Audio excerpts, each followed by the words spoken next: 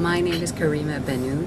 I am a professor of law at Rutgers University Law School in New Jersey in the United States. And I am an Algerian American, and I grew up back and forth between the two countries. But my higher education and my recent professional life have been in the United States. My specialty is in the field of international law, and specifically human rights law, and I've done a lot of work on women's human rights and work on issues of terrorism and counterterrorism. In my academic writing, I have argued that secularism is absolutely vital for the protection of many human rights, including the human rights of women, and that this needs to be recognized within the human rights paradigm. I think that the struggle for maintaining a sense of secularism and of secular space and of secular public discourse and political discourse is one of the most significant human rights struggles in the United States, where I'm now living and working and have spent many years.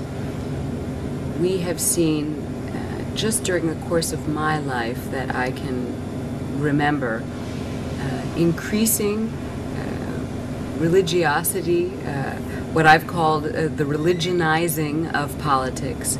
That is, increasing need to use a religious discourse, usually specifically a Christian religious discourse, sometimes an ecumenical discourse to talk about political matters, public matters. And for me, this is something of grave concern. Certainly, formally speaking, there is what we call the separation of church and state in the United States. However, I think in practice we see, for example, prayers made at the beginning of legislative sessions. We see the presidents of the United States attending what are called prayer breakfasts. We see, I would say, especially since, or at least in my adult memory, since the presidency of Ronald Reagan in the 1980s, we see increasing religious discourse used by the president, references to God blessing America and so on and so forth.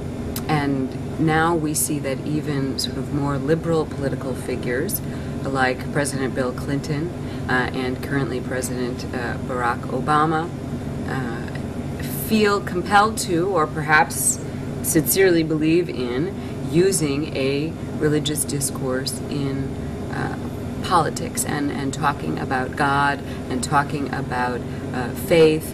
I would say in President Obama's case, particularly trying to talk about these things, I think to justify perhaps more liberal approaches, and yet still this reversion to a religious discourse. Although I would say one thing that President Obama did that I thought was critically important on this issue was that in his inaugural address he acknowledged that there are people who do not believe in religion in the United States. He talked about the sort of the quilt, the patchwork quilt of America, made up of many different people of many different faiths, but he also specifically referred to people who may not believe, and their inclusion also in the fabric of American society like anybody else. And this, I think, although I was critical of the Cairo speech, this, I think, was very significant. And so I'm hopeful that perhaps there is some space. However, you know, this religionizing of politics has also happened for a reason, and that is that simultaneous to all of this, we have seen the development of mass, popular, right-wing Christian social movements in this country that I would label as Christian fundamentalist movements that are incredibly numerous, incredibly well-resourced, have at various times been extremely powerful, particularly within the Republican Party, and therefore have had a great deal of access to Republican administrations, and I think have really played a role in shifting the discourse in general in this country on a range of social issues. So, for example, the rumor, and not just social issues, I mean some very perhaps classical political security issues as well.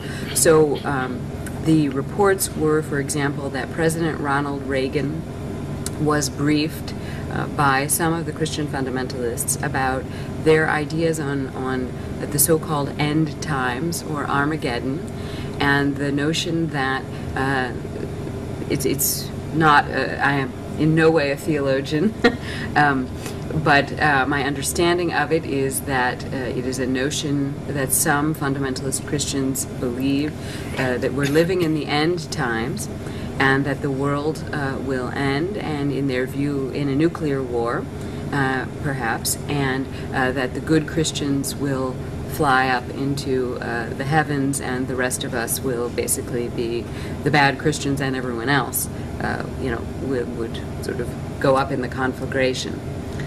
This is incredibly significant if you think about it. This is at a time when the Soviet Union and the United States were involved indeed in a nuclear arms race that could have destroyed the planet and the human race.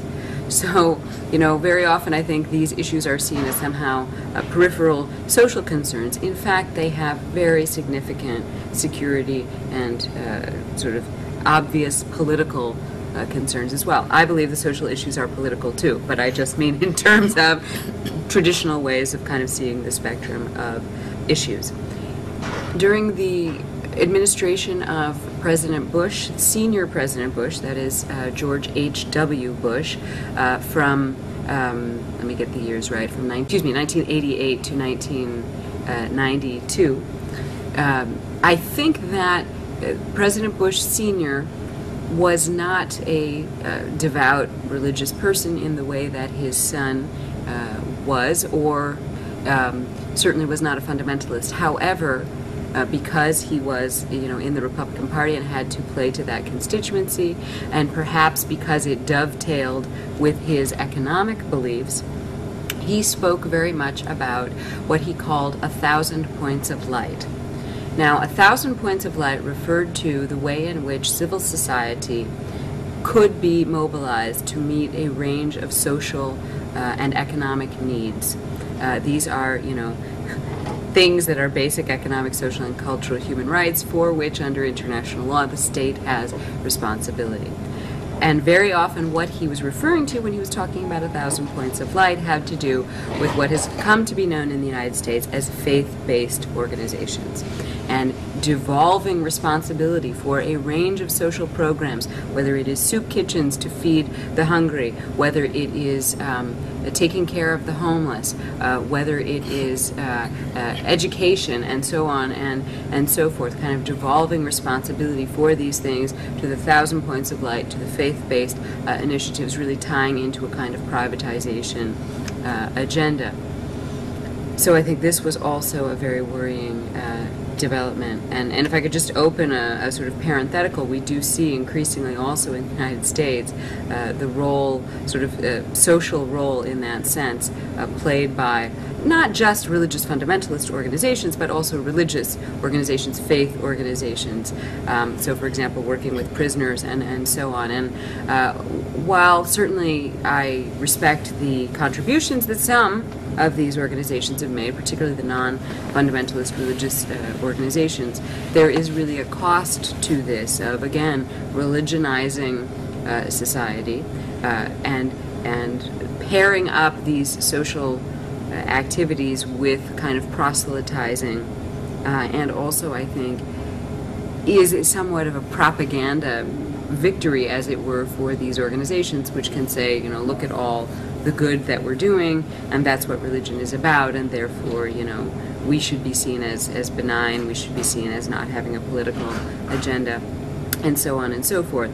That said, I want to stress I don't question the good faith of many of the dedicated individuals in communities, including impoverished communities, in communities of color in this country who are, doing this work. I just think the broader social dynamic of this needs to be considered and what its implications are for preserving secular space in the future.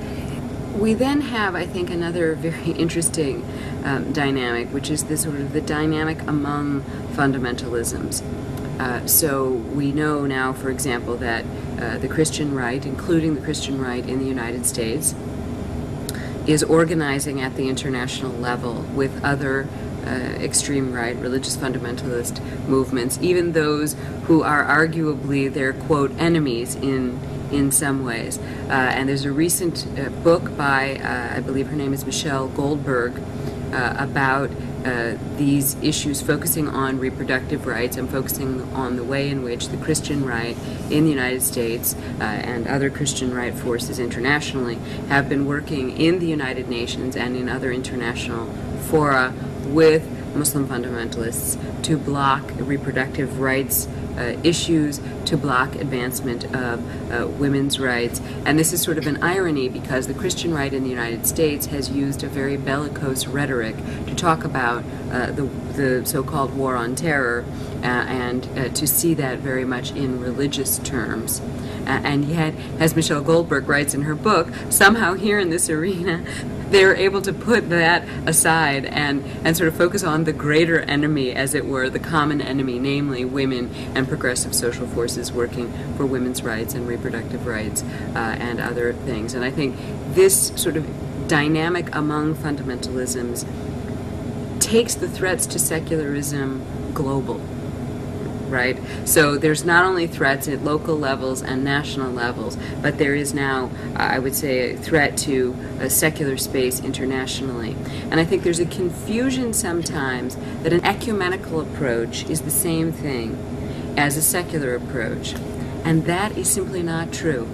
Now, certainly, I respect that for many, many people in the world and in this country, their religion is very important to them, and that an ecumenical approach can be very important in a multicultural society of recognizing that there are people of different faiths. But it is still a religious approach, and it usually, unlike President Obama's inaugural address, it usually leaves out entirely the notion that there are people who choose not to be believers.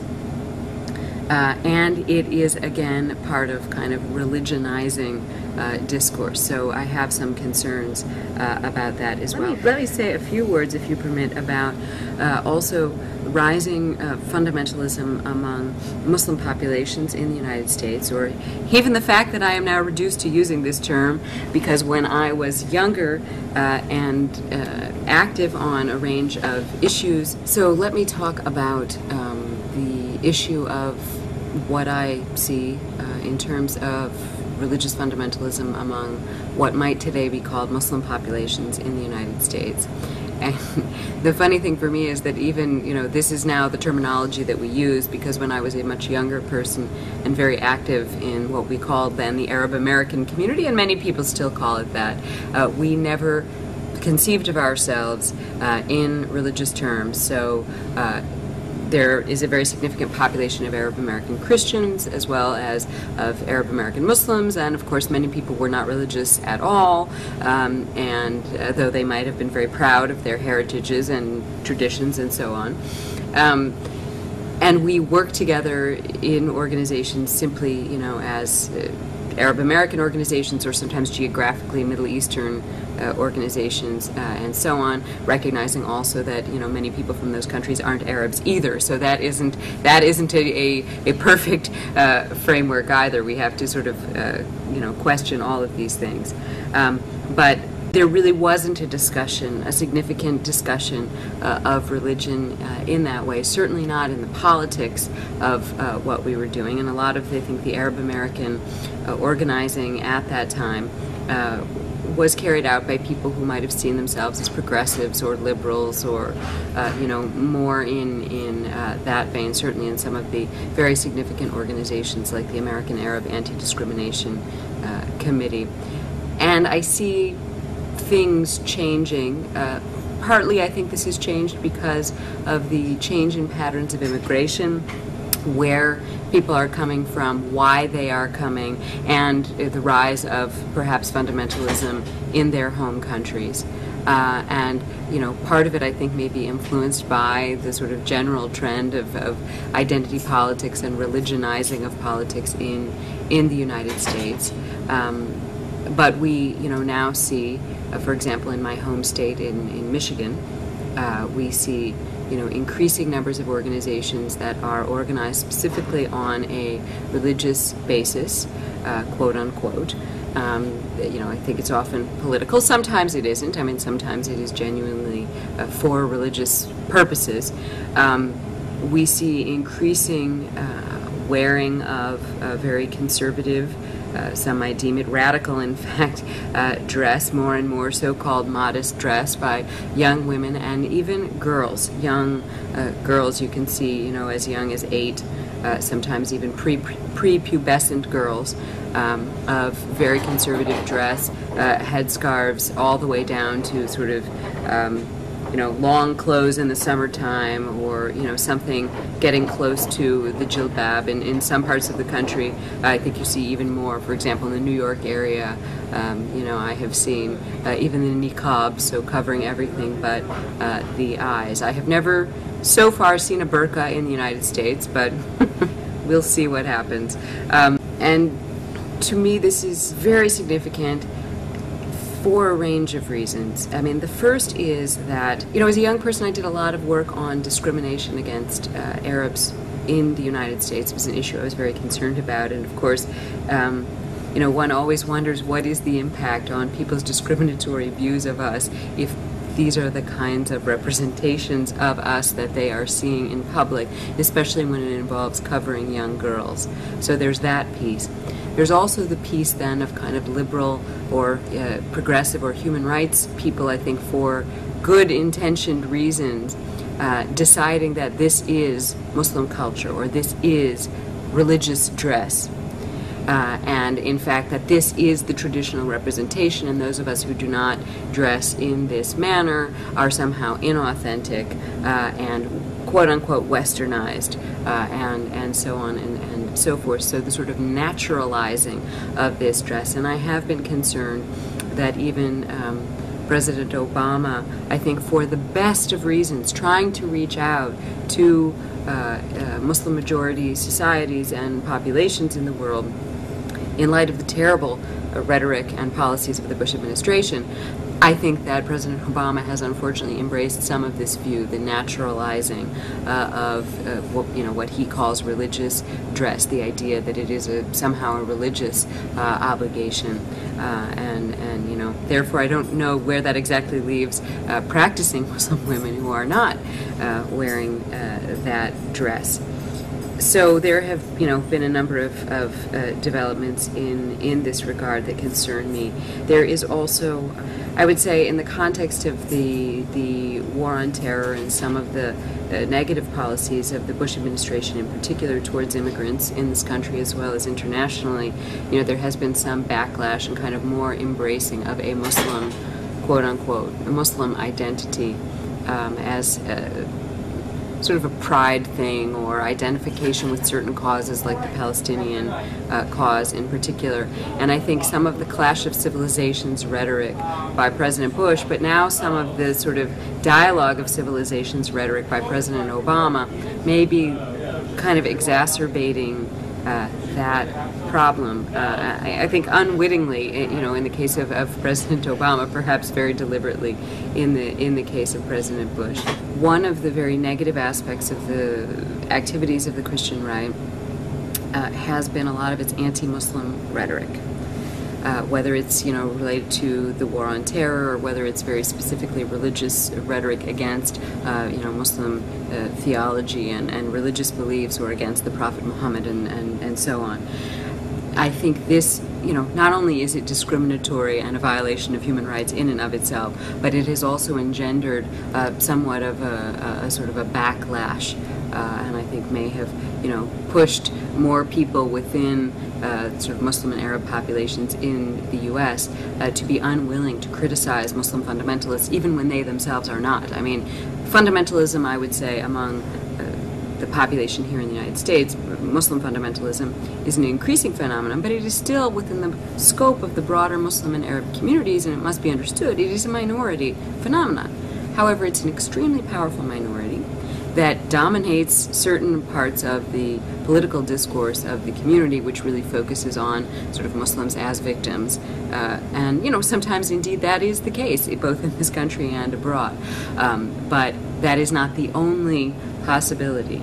And I think, the erasure of the way in which some groups claiming to be acting as Muslims have treated other Muslims, whether it's use of violence, use of terrorism, repression, coercion with regard to dress, and so on, that has kind of disappeared from a lot of the public Arab American discourse. I mean, I think that happens among individuals, that may happen in some women's organizations, but it's not the kind of mainstream public discourse in the Arab or Muslim populations in the U.S.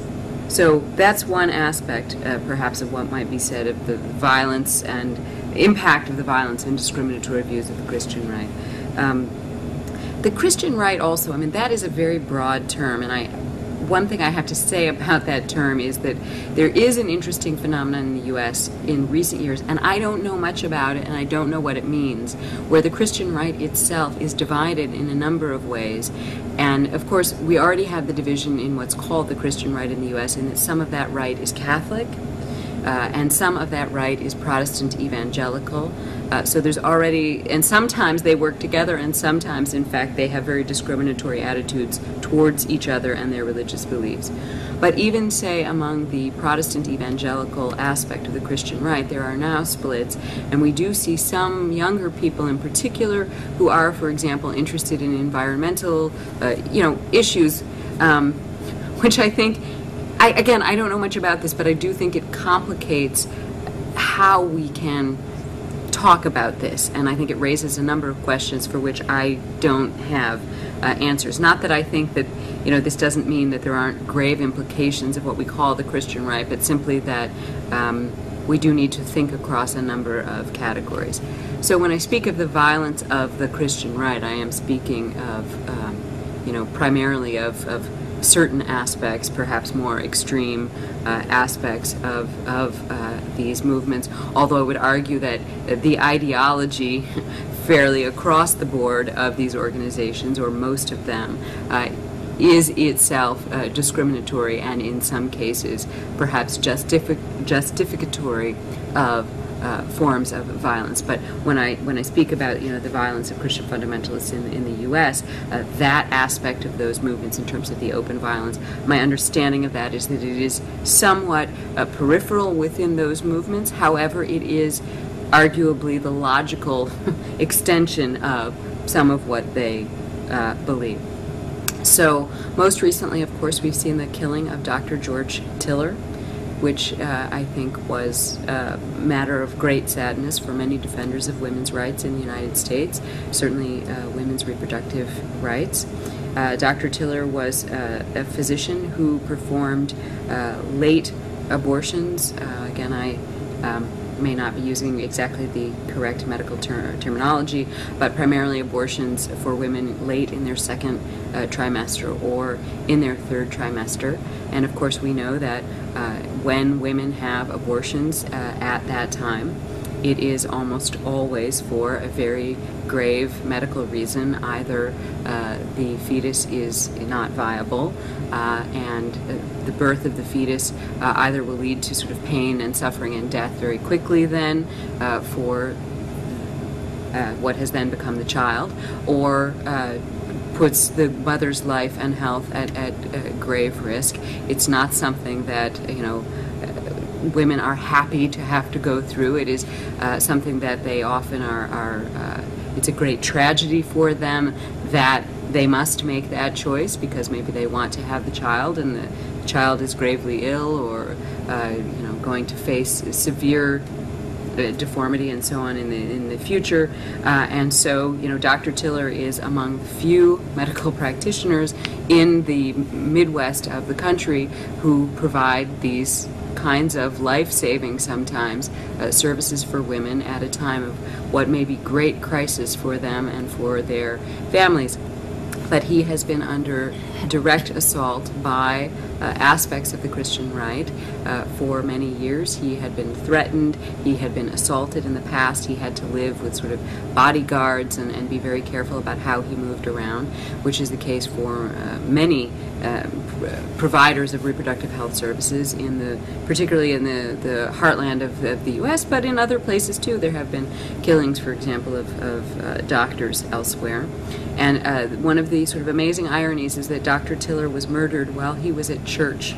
He was, in fact, a religious man. He was at church with his family, and the shooter came and actually shot him in that context.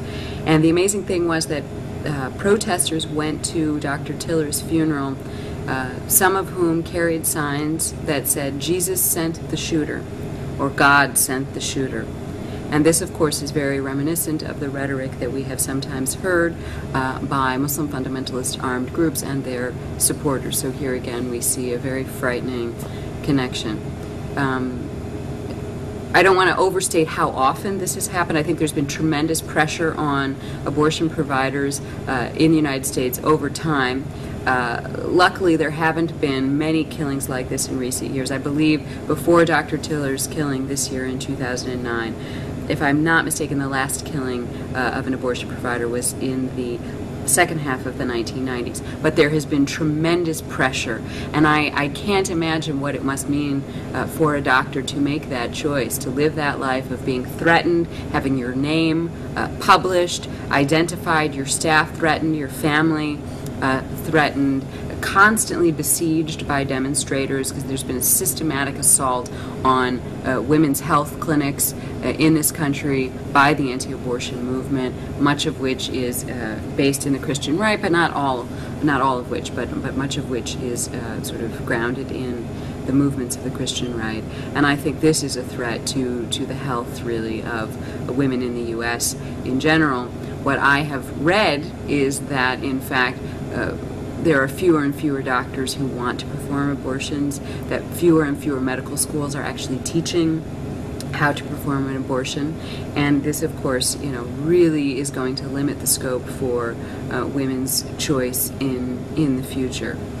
In terms of other violence by the Christian right, I think there is perhaps some shadowy connections between the Christian right and other kinds of extremist, political extremist groups in the U.S. that may have some religious affiliation as well, but I'm thinking here about sort of the Ku Klux Klan and white supremacists and so on, that may be particular to parts of the country. And there has been some very brave work done by, for example, the Southern Poverty Law Center exposing some of the extreme groups. I think there has been less done to really expose kind of the ideological aspect of all of this. And I have to say that most of my work has not been on the Christian right. It has actually been looking at Muslim fundamentalism. So I've been interested in the connections. But there are many people with a great deal of expertise that you could interview as well. Catholics for Free Choice, people who've been active on those issues, people who've been specifically active, for example, in Planned Parenthood and the reproductive freedom movements in this country. Another area, I think, where we see the role of the Christian right as being very significant is, of course, pushing back on the human rights movement that's been carried out by gay and lesbian and bisexual and transgendered people in this country in recent years. I think it's actually a hallmark of how successful that human rights movement has been, that there's been so much attention focused on that by the Christian right, which has opposed any of the initiatives in favor of gay marriage, for example, constantly insisting that marriage is something that can only happen between a man and a woman, and wanting, for example, to have constitutional amendments to that effect. and so on. So I think that that is another really significant area where we see a very negative impact on the human rights struggles by the Christian right in this country. And there's also the international dimension of this. I alluded to that, but thinking specifically about how this has affected the foreign policy of the United States. So, for example, not pushing for condoms in the struggle against AIDS in Africa, pushing for programs that that really emphasize abstinence-only education. When you think about it, I do think that there are different kinds of violence, and actually promoting abstinence-only education and not promoting condoms in a context of extremely high rates of HIV and AIDS, to me, is a kind of violence. It's perhaps very different. It's a tacit violence, but if you look at the numbers of people who may end up dead as a result, I think that we could definitely see this as a kind of violence as well, and it was something that was very much, I think, grounded in the ideology of parts of the Christian right in this country. I actually think that we need to really take a lesson from the Christian right in some ways. They've focused on some very basic things. One is that they have often focused on power at the very lowest levels, that is to say in the community, in the school board, the library board, these sorts of things that we may not be paying attention to. And in that regard, the PTA in the United States, the Parent-Teacher Association, which is very active, the parents in the running of the schools. And we've seen a great deal of push that American schools would teach creationism and so-called intelligent design side by side with evolution, as if these two sets of theories are somehow sort of equal intellectual and scientific. And it is also to the point where in many parts of the country, and there was a New York Times article about this, science teachers, even if they are not formally required to teach creationism, may be very reluctant and very nervous to teach evolution and Darwin, because they will face so much pressure from parents and students.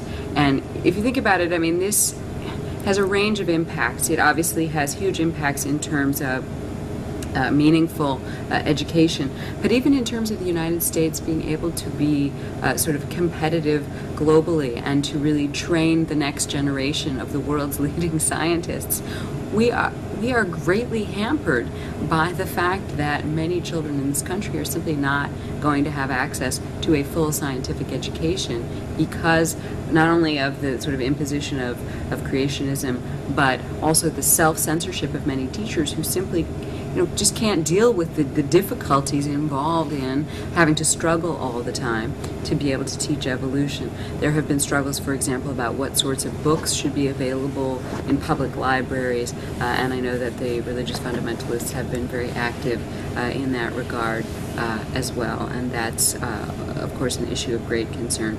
So perhaps if we think about fighting for secular space, we need to think about doing it on all these levels, from the PTA and the school board and the local library board, all the way up to the international level, where we need to keep some space for international discourse that is not religionized, that is secular space. So it is a very big project, I would say. One of the developments that I think has been very worrying to me in recent years has had to do with some of the backlash related to the war on terror. Now, there's no question in my mind that the way that the Bush administration in particular carried out the war on terror violated international law and human rights in many respects.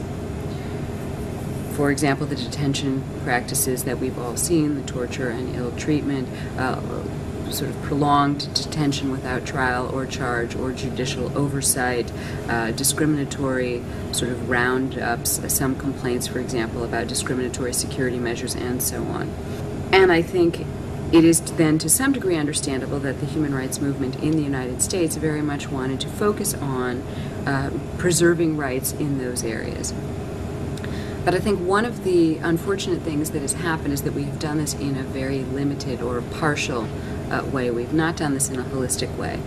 So we have been, I think the range of human rights organizations have been very successful at challenging the practices of the U.S. state and of other states and armed forces and security services and so on, and this was very good. But what they didn't really want to talk about or challenge or campaign about or tackle or expose or even understand was the other side of the so-called war on terror. In other words, the terror piece.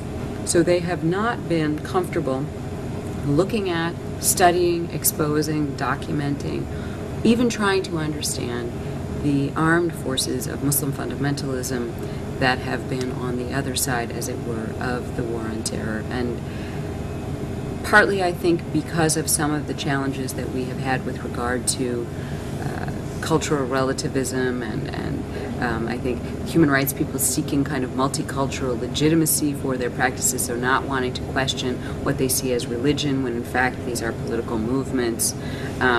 Partly, I think sometimes Muslim fundamentalist armed movements are seen as sort of representatives of the downtrodden or the oppressed. Sometimes I think simply because of a state bias, a state focus in the human rights movement, and sometimes maybe, because of a lack of understanding or sort of fear of being accused of being discriminatory and so on, if one looks at these issues.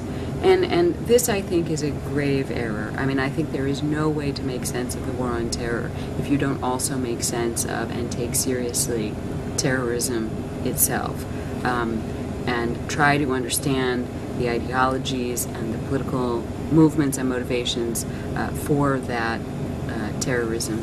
And I think this has a number of consequences. One is I think it has let Muslim fundamentalists off the hook. It makes it look like they are always the victims, and it erases their own victims. And this, for me, is a very, very grave development. It fails to offer support to the people who are risking their lives to challenge Muslim fundamentalist armed movements, whether it's in Pakistan or Algeria or Bangladesh or Morocco or Afghanistan or Iraq and so on and so forth. Partly, I also think that it must make us look ridiculous to ordinary people, because ordinary people are perfectly well aware that there is a very serious problem of terrorism. Now, I understand that sometimes in certain contexts, for security reasons, governments use that problem or they overstate it. But sometimes it is a very grave problem. And we need to take that problem seriously. We don't need to build human rights opposition to counterterrorism by denying the gravity of the problem of terrorism. We need to be true to our stated principles of universality, our stated commitment to combating impunity, and not have categories of victims. And I think we really need to take on abuses by state and non-state actors, and we need to take on the ideology, in this case Muslim fundamentalism, that is motivating some of this violence. And for me, there have been tremendous achievements by the human rights movement internationally and in the United States in recent years in terms of pushing back on and exposing issues of torture, disappearances, and so on by the state in the context of the war on terror. But for me, this has been a very grave set of failures, and those of us who have tried to raise these issues have really not been heard. And I think, it's interesting for me when there is some sort of a massive terrorist attack, the human rights stance often is quickly to rush in to be concerned about what the counter-terrorist response is going to be. And I do think that's important. But I also think that we need to reflect on the human rights meaning of those attacks themselves, the human rights of the victims, how we as human rights activists can assist in dealing with the needs of those victims, treating them like any other victims, dealing with reparation and compensation, and bringing to justice of perpetrators, which we talk about a lot. And I think about, for example, even something as well known as September 11th. And that was a massive atrocity, bringing down of two civilian buildings, the two World Trade Towers, using civilian aircraft. Can you imagine, can you stop and think about, and I've thought about this a lot, the last hours in the lives of the people who were on those airplanes? Well, I'm overstating it, but the last half an hour, many of them experienced the horror, first of the violence of these armed jihadists who took over these airplanes, and the violence they subjected some of the passengers to, cutting the throats of a stewardess, a flight attendant, a female flight attendant in one instance, then the horror of the planes being out of control, the children who were on those planes, the parents who were traveling with those children, unable to protect them in any way. And then the horror of the people who were in those buildings, people who were from all countries in the world. They were from the United States, they were from Europe, they were from Africa and Asia and the Arab world, and from Muslim populations and Jewish and Christian and non-believing and Hindu and every possible faith. And I have always been dismayed that while a great deal of security and militaristic and jingoistic use is made of this atrocity, we have not offered an alternative human rights account of this event. And that is a huge failing. There are stories that were never told. Do you know that Windows on the World, which was the restaurant on the top of the one of the World Trade Centers, there were many people who worked in the kitchen staff there who were undocumented workers, and I'm told that many of them were Moroccan undocumented workers who worked up there. Who has ever told their stories? We know the stories of the firemen and the police officers and some of the sort of stories that got a lot of attention, but why have we in the human rights movement not told these stories? You know, and I'm especially concerned with the way that while on the one hand the Bush administration misused this event terribly to be able to inflict atrocities on other people and to justify repression at home, in other parts of the world, even perhaps in some political circles in the U.S., and I'm not talking about the human rights movement here, but political circles beyond that, there has been either minimizing of the nature of this event, sometimes justifying of this event, conspiracy theories about this event, i.e. that it was not carried out by Muslim fundamentalists, or somehow discriminatory theories that it was carried out by Jews, and I've heard this repeated over and over and over again. And what I don't understand is why we're unable to have a simple human response to something so public and so horrifying as the murder of 3,000 people in about 2 hours' time. And this has really troubled me a great deal. And that's why I'm going on about it at length. Can we not find a way to speak about all the victims? Can we not have a simple human and humanist response? And I've been very impressed, for example, with some small, creative, important responses in the human rights movement that have moved towards this. So, for example, the Spanish national section of Amnesty International has very smart leadership. And they know in their own context in Spain, there have been serious violations by the state, but there have also been gross abuses and killings and violations by non-state actors, specifically by ETA. And they realized that they needed to take all of these issues seriously. And so, for example, they did something that I thought was really beautiful. It was universality in practice, which is that they sent observers to part of the trials of the Madrid train bombers. This was now Muslim fundamentalist bombers who carried out these dreadful attacks on the Madrid trains. So they did a classical human rights thing, which is they sent observers to part of the trial to make sure that the rights of the perpetrators, at that time alleged perpetrators, some of them were later convicted, to make sure that those trials were fair, were in accordance with international law. But at the same time, those observers also had a mandate to work with the representatives of victims and survivors of those terrible attacks on the trains who were present to make sure that they were getting the information that they needed and that their interests were being taken into consideration. They also did some work immediately after the attacks of trying to gather messages from Amnesty members to send to the victims. And I think this is the sort of creative work that we need to be doing. It doesn't mean that we don't criticize states, we don't criticize the way counterterrorism is conducted. It means that we are not naive, that we understand the different aspects of the situation, that we're concerned with all of the forms of violation of human dignity,